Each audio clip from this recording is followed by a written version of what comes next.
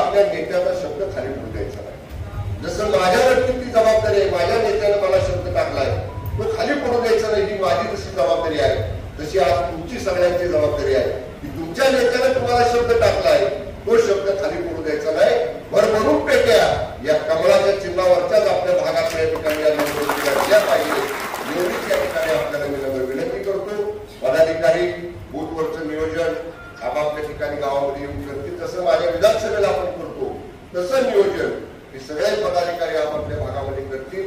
फक्त कुठेही आपण हलगर्जीपणा करायचा नाही, साहेब उभे नाही असं बिलकुल समजायचं नाही, उदय महाराज उभे आहेत म्हणजे शंभूराज देसाई उभे आहेत असं समजून या ठिकाणी काम करा एवढीच विनंती करतो।